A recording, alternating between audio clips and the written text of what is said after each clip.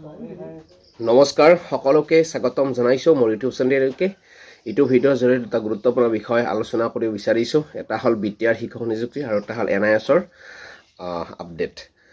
প্ৰত্যেককে ভিডিঅ'টো গুৰুত্ব সহকাৰে চাব আৰু ভিডিঅ'টো শ্বেয়াৰ কৰিব প্ৰথমতে এনআইএছৰ আপডেটটো দিব বিচাৰিছো আজি 30 জুলাই আৰু আজি এটা এনআইএছৰ গুৱাহাটী হাইকোৰ্টত গুৰুত্বপূৰ্ণ শুনানি আছে শিক্ষা বিভাগে 5550 পদত এনআইএছৰ প্ৰাৰ্থীসকলৰ কাৰণে জি ইন সাৰ্ভিস প্ৰমাণৰ কাৰণে যি কিখন ডকুমেন্ট বিচাৰিছিল সেইটোৰ কাৰণে এনআইএছৰ প্ৰাৰ্থীসকলে গুৱাহাটী হাইকোৰ্টৰ দ্বাৰস্থ হৈছিল আৰু তাৰে প্ৰথমটো হিয়াৰিং হৈ যোৱাৰ পিছত আজি দ্বিতীয়টো হিয়াৰিং হ'ব আৰু আজি এই হিয়াৰিংটো যথেষ্ট গুৰুত্বপূৰ্ণ হয় আৰু আজি এই হিয়াৰিংটো যাতে শেষৰটো হিয়াৰিং হওক সেইটো বিচাৰিছো নহলে বহুত পলম হ'ল আৰু আজি 45 নম্বৰ সিৰিয়েল নম্বৰ পৰিছে গতিকে আজি হিয়াৰিংটো ফলাফল কি হয় সকলোৱে অপেক্ষা কৰি আছে গুৰুত্বপূৰ্ণ হিয়াৰিং এনআইএছৰ প্ৰাৰ্থীসকলৰ কাৰণে তেওঁলোকে যি ডকুমেন্ট শিথিল কৰাৰ কাৰণে আবেদন কৰিছিল তাৰে আজি শুনানি হ'ব আৰু শুনানি কি ফলাফল আহে সেইটো আপোনাক নিশ্চয় জনোৱা হ'ব অৰ্থাৎ আজি সিৰিয়েল নম্বৰ 45ত পৰিছে এনআইএছৰ যেটো শুনানি আছে হেতু পৰিব গতিকে তালে আমি অপেক্ষা কৰিম কি খবৰ আহে আৰু অহাৰ লগে লগে আপোনালোকক খবৰটো জনাম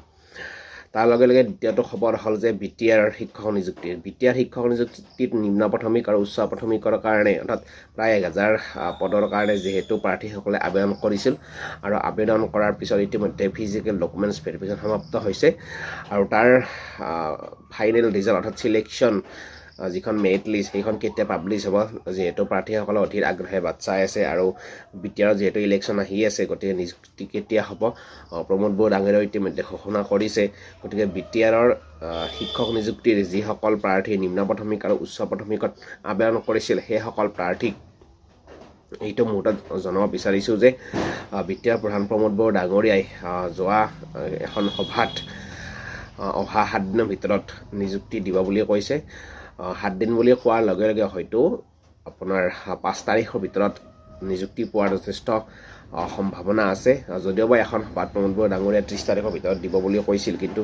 হয়তো কিছু অসুবিধাৰ সন্মুখীন হোৱাৰ কাৰণে হয়তো নহল কিন্তু চিন্তা নকৰিব প্ৰাৰ্থীসকলে খুব সোনকালে নিযুক্তি দিব লাগিব কাৰণ ইলেকশন আহি আছে ছেপ্টেম্বৰত যেহেতু ইলেকশন হ'ব গতে তাৰ আগতে নিযুক্তি দিব লাগিব সেইফালৰ পৰা চাবলৈ গ'লে 5 আগষ্টৰ আগত নিযুক্তি হৈ যাব হেতু চিন্তা কৰিবলৈ বিশেষ একো নাই যিসকল প্ৰাৰ্থীয়ে নিম্ন প্ৰাথমিক আৰু উচ্চ প্ৰাথমিকত আবেদন কৰিছিল গতিকে যিদিনা ফাইনেলি মেৰিট লিষ্ট ওলাব সেইদিনা আপোনালোকক নিশ্চয় আমাৰ চেনেলৰ জৰিয়তে আপোনালোকক ইনফৰমেশ্যনটো দিম তাৰ কাৰণে আপোনালোকে মোৰ চেনেলটো সাবস্ক্ৰাইব কৰি থৈ দিব আৰু যিমান পাৰি সিমানে শ্বেয়াৰ কৰিব যাতে এই ইনফৰমেশ্যন দুটা প্ৰাৰ্থীসকলে পাবলৈ সক্ষম হয় প্ৰথম ইনফৰমেশ্যনটো এইটো যে আজি এনআইএছৰ হিয়াৰিং আছে 30 জুলাই যেহেতু আজি আৰু এই হিয়াৰিংটো বিটিআৰ শিক্ষক নিযুক্তিৰ কাৰণেও যথেষ্ট গুৰুত্বপূৰ্ণ হয় গতিকে আমি আশাবাদী যে আজি ভাল এটা ৰিজাল্ট আহক এনআইএছৰ প্ৰাৰ্থীসকলৰ কাৰণে আৰু আজি যেটো হিয়াৰিং হ'ব হেতু শেষৰটো হিয়াৰিং হওক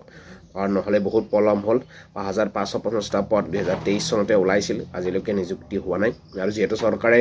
10 অক্টোবৰ নিযুক্তি দিব বুলি কৈছে গতিকে তাৰ আগতে কামখিনি সম্পন্ন হয় আৰু তাৰ পিছতে আছে 4500 পদ গতিকে এই দুটা পদ যদি 10 অক্টোবৰ নিযুক্তি দিবলগীয়া হয় আজি হিয়াৰিংটো শেষৰটো হিয়াৰিং হোৱাটো জৰুৰী হয় আৰু নহলে আকৌ যদি হিয়াৰিং পৰি যায় তেতিয়া নিশ্চয় পলম হ'ব গতিকে পলম হোৱাটো নিবিচাৰো প্ৰাৰ্থীসকলে অধীৰ আগ্ৰহে বাট চাই আছে 5550 পদৰ ফাৰ্ষ্ট প্ৰভিজনেল মেৰিট লিষ্টৰ কাৰণে আৰু দ্বিতীয়তে বিটিআৰ শিক্ষক নিযুক্তিৰ কাৰণেও আজি হিয়াৰিংটো যথেষ্ট গুৰুত্বপূৰ্ণ হয় লগতে 5 আগষ্টৰ আগতে বিটিআৰৰ প্ৰাৰ্থীসকলে নিম্ন প্ৰাথমিক আৰু উচ্চ প্ৰাথমিকত নিযুক্তি পাব গতিকে এই ইনফৰমেশ্যন আপোনালোকক দিলো পৰৱৰ্তী পৰ্যায়ত আপোনালোকক নিশ্চয় ইনফৰমেশ্যন দিম তাৰ কাৰণে সাবস্ক্ৰাইব কৰিব ধন্যবাদ জয় অসম